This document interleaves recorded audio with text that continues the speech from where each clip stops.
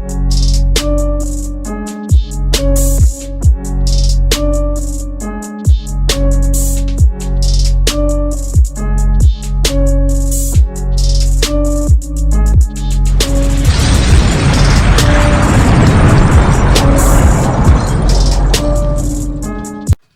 everybody, and thank you for tuning in to another episode of Blood on the Razor Wire TV. I got a special guest with us today, Adam Clausen. He was sentenced to 213 years in federal prison. You know what? Let me let Adam tell you about it. Adam, welcome to the show, and tell people who you are and your situation. Chad, it's great to be here, man. Feeling really fortunate to be here. Like you said, I had 213 years. Fortunately, this last August, I was granted compassionate relief, and that's ultimately, I wound up with time served, but only after serving 20 years, 5 months, and 17 days. Yeah. Long time. So let me ask you this, Adam. You went to prison. What did you go to prison for exactly? The crimes that I was actually convicted of were a string of robberies that occurred in Philadelphia. I grew up just outside of Philly. South Jersey area, literally 10 minutes outside of the city my whole life. And, was always over there. Now, I did some time in the state in New Jersey. I did 3.5 years, same thing, string of burglaries, robberies. Ultimately, that's what kept me. I didn't even graduate high school. I wound up going to state prison, doing a few years, and got out. I had a good run, as guys like to say, for a whole 2.5 years. I somehow managed to survive on state parole before I caught the case that ultimately netted me 213 years. It was a string of robberies in downtown Philadelphia. Whenever you see like that iconic Philly skyline, everybody looks at, like City Hall and all the skyscrapers. My case takes place within about 10 to 15 square city blocks downtown. Robbed a string of Asian massage parlors. That's primarily where my case comes from. They were houses of prostitution, gambling rings, all sorts of illegal activity, drug trade going on through there. And me and my immature thinking at the time was like, man, listen, these are all people that are in the game. They're fair game. And, like somehow that's how I rationalized it. I'm like, none of these people are ever going to go to the police. They're all wrapped up in this, but obviously, you see how that worked out. I guess so, with a 213-year sentence.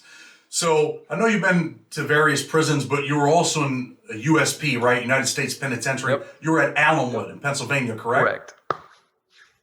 How was it there when you got there, Adam? You're walking in with a 213-year sentence, white dude coming into federal prison. Looks like you're probably never going home. Tell us what it was like that first day. First day, obviously, I got to admit, man, I was nervous walking into that situation. Didn't know what to expect. Heard plenty of stories about, what USPs were like. But I also went in there kind of with an air like, man, what do I got to lose? I've got 213 years.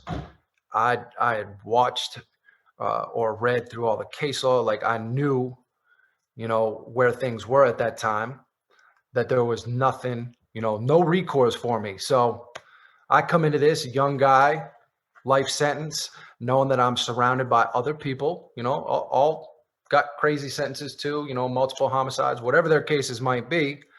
And I got to admit, I think my naivety, of exactly where I was and who I was surrounded by and just really not caring is what afforded me a little bit of space. Like guys wind up giving me space, but part of it was I had to earn that as well. So, listen, man, it's not an easy path to blaze coming into that situation, especially with a bunch of time. I look back often and I think about how fortunate I was to be able to have, gone on my own path, kind of blazed my own way, and to still have been associated with enough people to where, I developed friendships without having to, click up and necessarily join up and be all the way in. So it was kind of a tough balance, but it worked out for me. It's that's not usually how it goes, but it did. You walk into Allenwood. Were you part of a car, or were you just walking around? Were you part of the independent car, or did you just do your own thing? Um, hmm. Let me remember how. Like when I first came in, there was pretty big crew of Boston guys. And it's funny, people be like, "Man, where you from? Cali?" I'm like, "Cali? What makes you think I'm from the West Coast? Like, do I strike you?" They're like, "Man, you got a different vibe about you." I'm like, "No, I'm from Philly." They're like, "Well, you don't necessarily run with the Philly guys. Philly is generally most of the guys are from North Philly. You got some from South Philly. I'm technically from like South Jersey, outside of this city, but I ran in Center City. When people ask me where are you from, I'm like, my case is out of Center City, and they're like, what? They look at me crazy, like, what do you mean Center City? I'm like, that's where my case is from. So, uh, I think people didn't really know what to kind of make of me at times. I wound up getting an in down in the gym with a couple of old timers who had been there a while. And to be honest, they like kind of carved out some space for me. And they were the ones that were constantly on me, like, "Yo, what are you doing? You're running around here like a maniac. Like, realize if you ever want to get out of here, like, you're going to have to find a way to channel that." And that's what I did I was able to find my passion for fitness. I carved out some space in the gym, and I brought, a lot of people in, guys from all different cars, and was able to train them. And man, we just went hard, and it was kind of a way to connect and me to build some rapport with a lot of different people that maybe I wouldn't have necessarily done so under different circumstances. So you were in Allenwood. There were some things that were going on in Allenwood when you were there. Some violent things. I know that, from just hearing past stories and being in the system myself. Did you see some extreme violence in that place? Sure. There's one that stands out in my mind. Uh, you know how when a bus comes in, right? In USP, you don't have too many people. Hold on, let me stop you. Yeah. I know how it goes, but the viewers don't know how it goes. Well, let me explain. In a USP, you don't have many people coming and going. Everyone who's there, like, that's pretty much it. Not a lot of guys go home.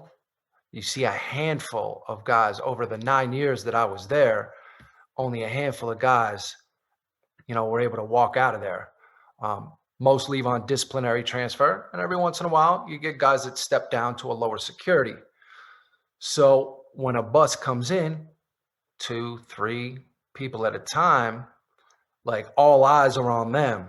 And you know how it goes. There's a list. You know who's going to hit the yard before they even get there. You know their charges. That's just how it goes. So if a sex offender shows up on that bus, right? uh What happens to that sex offender usually? I'm curious. in a USP, they never hit the yard. You know, they wind up going straight to seg, and there are people that are always trying to get at them, at least at that level. You know, Once in a while, they slip through the cracks, though, right? once in a while they do. People like Whitey Bulger, they sent him to USP Hazleton. He wasn't there longer than 12 hours and he was murdered. So sometimes people slip through, and there's been some things about Whitey Bulger that he was a sex offender. But let's move on to, a guy that gets off the bus that told on someone. Some of them come out there, right? Yeah, most definitely. And what happens to them guys? I mean, they just tell them to leave, let them walk away. How's it work? There's a crew of guy, and as it goes in the higher security, there's never one guy who gets sent, "Hey, go check that guy out." There's 2, 3, 4, 5, depending on who they're going to check out. That's a pretty big guy over there. Why don't we send 3? Why don't we send 4? Go check out why he's here. If anything's unclear, and if that story doesn't match up, we're going to get to the bottom of it. So that usually happens pretty quick. The one particular instance that stands out in my mind is some guy comes out at an odd time. They let him out of R&D. This is back before they caged all parts of the yard into small cubes. Guy comes through the door. Immediately, everybody on the yard, and there's not a lot of people out there, middle of the afternoon, look up. They're like, who's this? Guy comes out immediately, boop, boop. The cars start moving. Go check out who is this guy. And this guy doesn't make it 50 yards before he gets poked full of holes and is left under. There's a water fountain on the side of the building and these rocks. And the guy's laying there in the rocks, bleeding out. And everybody's still walking like nothing happened. And it's not somebody, I don't know the situation, I don't know what just happened, to have to walk by. To me, I'm like, man, I don't know this guy's story, but I'm feeling for him. I'm looking at him like, and there's nothing you can do there. The tower, I don't know if they didn't see it. I don't know if they didn't want to see it, whatever the case may be. Come to find out after the fact, it was a case of mistaken identification. The guy said something, came out wrong. They're like, you said what? Bop, bop, bop, bop, bop. Didn't even hesitate, left him there bleeding. They take him out. They wind up life flighting him. They bring him back. The guy hits the yard about a month later. And at this time, because back in the hole, it all got worked out. And they're like, no, no, no. And the guy's like, listen, I don't want no trouble. Like, please. They let him back on the yard. The guy doesn't retaliate. Nobody further moves on him. And at that point, he was one of those guys that everybody was just like, it happened. Oh, well, sorry. And you're like, man. That was the end of the story, huh? He gets stabbed, and he says he doesn't want any problems. They let him back on the yard, and he just walks around like everything's all right. Yeah, that was one of those rare instances where they were like, oops, we made a mistake. Sorry about that, pal. Were there any murders over there while you were there? Sure. My cellie comes in one night. He came out of the hole. I've been single in that cell. If you've been there a while, generally get a little bit of space. A couple of guys that come to me, they're like, listen, man, we need this guy. He needs a place to land. He's only going to be there a hot minute. Can you please do us a favor? I'm like, all right. It was somebody that came to me. It was leader of another car asking me for a favor. And I'm like, I like the guy. I'm like, gotcha. No problem. Short term, right? Now, I don't know what the plan is at the time, but the guy's with me 2 days. That night, he's like, listen, I got to pack up my stuff. He's like, you might not want to go to breakfast tomorrow morning. There's going to be a situation. I'm like, And I feel for this guy because the guy only had like 2 years left. Young guy, and he wound up, he caught a life sentence off of it. He and another guy were just supposed to go, and honestly, they weren't supposed to take this guy out. But whatever happened, the guy wound up dead. They both wound up, getting tried for it, taken to court, and got life sentences out of it.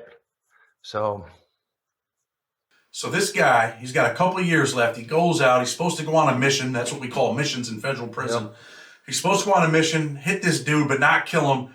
Really, they probably accidentally killed the guy, and now he's serving life, but he was supposed to be out in 2 years. Yep. Young guy, had a baby at home, you know what I mean? A young lady waiting on him. And to know the personal side of it, and to see somebody caught up in the politics. And here's a guy who felt like he didn't have any choice. Like, he was like, man, this is what I got to do. And it's hard. Just out of curiosity, what car was the kid in? Was he a gang member? Was he in a car? What was he? He was actually native. Oh, native guy. Yep. Well, unbelievable, yep. Huh? Unbelievable. So, I mean, a lot of people get killed in these places, and I've seen a lot of times where, guys go in, they're just supposed to hit the dude. That's when it always happens. They're just supposed to hit the guy. They're not supposed to kill him, and then they accidentally kill him. And then I see a lot of times the guys that they're supposed to kill, they don't kill them. It's it's outrageous, some of the stuff that you see and the amount of violence. Do you think that ever affected you, the violence that you had to see while you were sitting in a federal prison? Sure, absolutely. To operate, I've been in the middle of plenty of situations. Like, with, the full scale, all cars on the yard, whether it's a racial event or something happening on a unit over a television, to where to watch things break down along certain lines and relationships that I felt were pretty solid over the years, to watch that just, you know, evaporate. For me, it was always difficult. It's like, man, like I can't just flip that switch. That's just not who I am. But having to do that within that environment and know that those lines are there and to deal with that, to live under that high tension, you figure out how to do it in the moment. And I guess to a certain degree, you can even become accustomed to it. But what was telling was when I transferred, when I finally got down to a medium, I didn't think it was going to be that big of a deal. I didn't think it was, that that environment had affected me as much as it did. But I had my aunt and my uncle came up to see me. And, I had only been there maybe a month at this medium. And I'm out there. It's my mom, my aunt, my uncle, and I'm on high alert. You know what I mean? Like I'm in a visiting room and there's all these people and they're moving. And it's like, whoa, like I'm completely overstimulated. I'm on point. I'm trying to keep track of everything that's happening. I'm not comfortable. People are way too close to me. And my aunt and my uncle left and they told my mom, they're like, he's not all right. Like, we're not going back there. Like, Wow. yeah, That's wow. That's the only thing I can respond is wow. I know what it's like to have lived in that environment for so long, and it does affect you mentally. It affects you emotionally.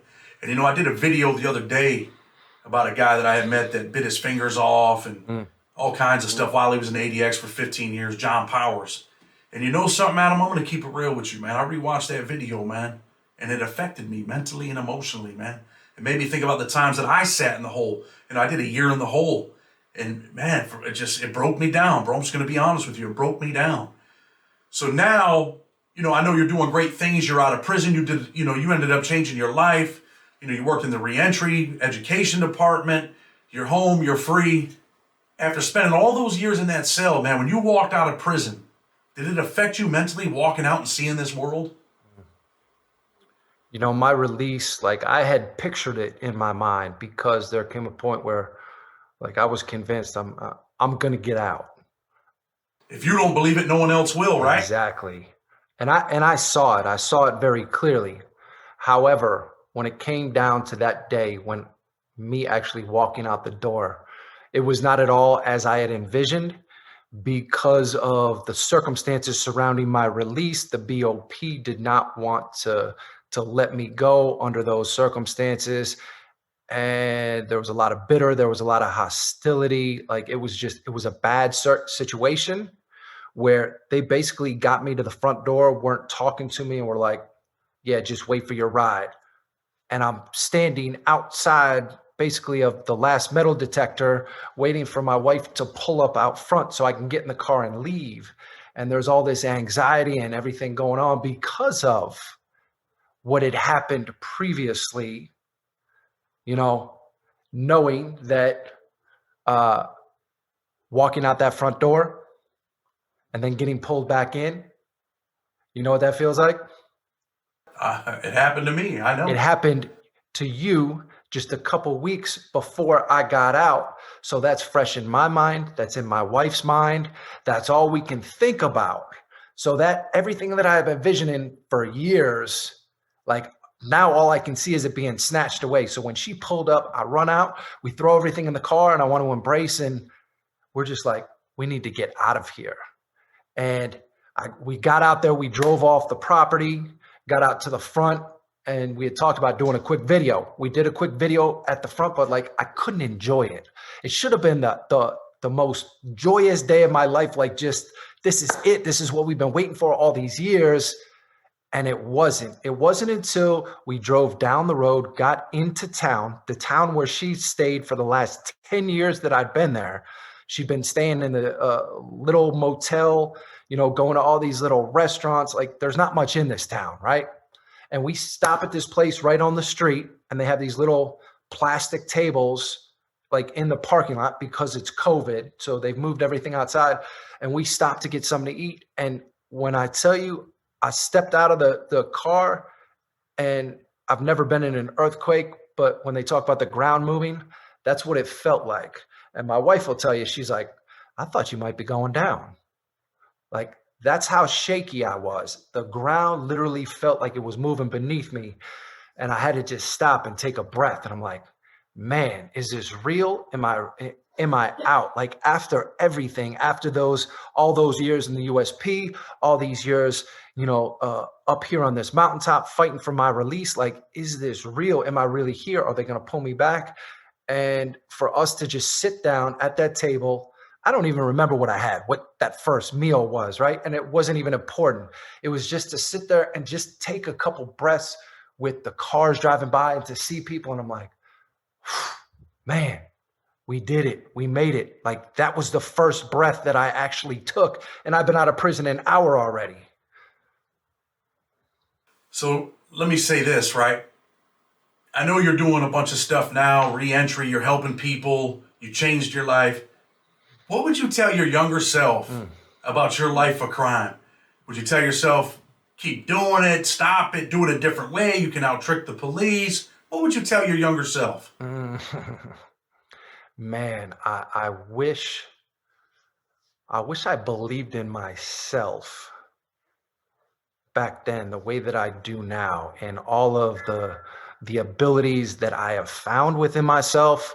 It shouldn't have taken me 20 years in prison to realize the potential that I had. And man, listen, I don't care what you're doing, like whether it's white collar crime or you're out in the street getting money. Like, there is no, especially in this era, right, where everybody's walking around with a camera in their pocket. Like, there is no way to balance it out. Like, you can't think that you're going to be able to get over or get by or to definitely get ahead without there being repercussions. Because if it doesn't get you today, it's going to catch up with you eventually. Man, that same time and energy that I invested in all the illegal stuff, like, if I had invested half the energy that I put into that, into building something legit, building a business, man, like realizing, maybe going back to school, doing whatever, uh, man, I can't even imagine where I would be in life right now. But I'm not looking back. I'm looking forward. But if I had that, to tell to the younger me, it'd be like, man, you need to start believing in yourself and realize what you are truly capable of, because none of this, anything that's going to put you at even a chance of taking away your liberty, because you can't get those years behind bars back.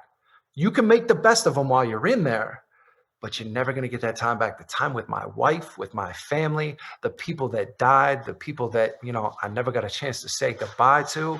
I can't get that back, Definitely understandable, man. I feel you. I spent almost 18 years of my life in there. I know that those years are forever gone. So, I want to talk, before we leave, I want to talk about your lawyer, right? He's a friend of ours, Sean Hopwood. Mm-hmm. He helped you get out of prison. But I want these kids to know about Sean Hopwood. He was a former federal prisoner, armed bank robber, went to prison, did about 11 years. How much time did he do? 11, 12 years, I think? 12 years, I believe. Yep. Okay. Yep. He gets out of prison. He goes to law school. He becomes a lawyer. He's a law professor at Georgetown. I think he's got his own law firm now. Yep. He worked closely with the White House, with Donald Trump, with the First Step Act. So do you believe that people can walk out of prison and change their lives? What does that take? We know that people can, because we see it.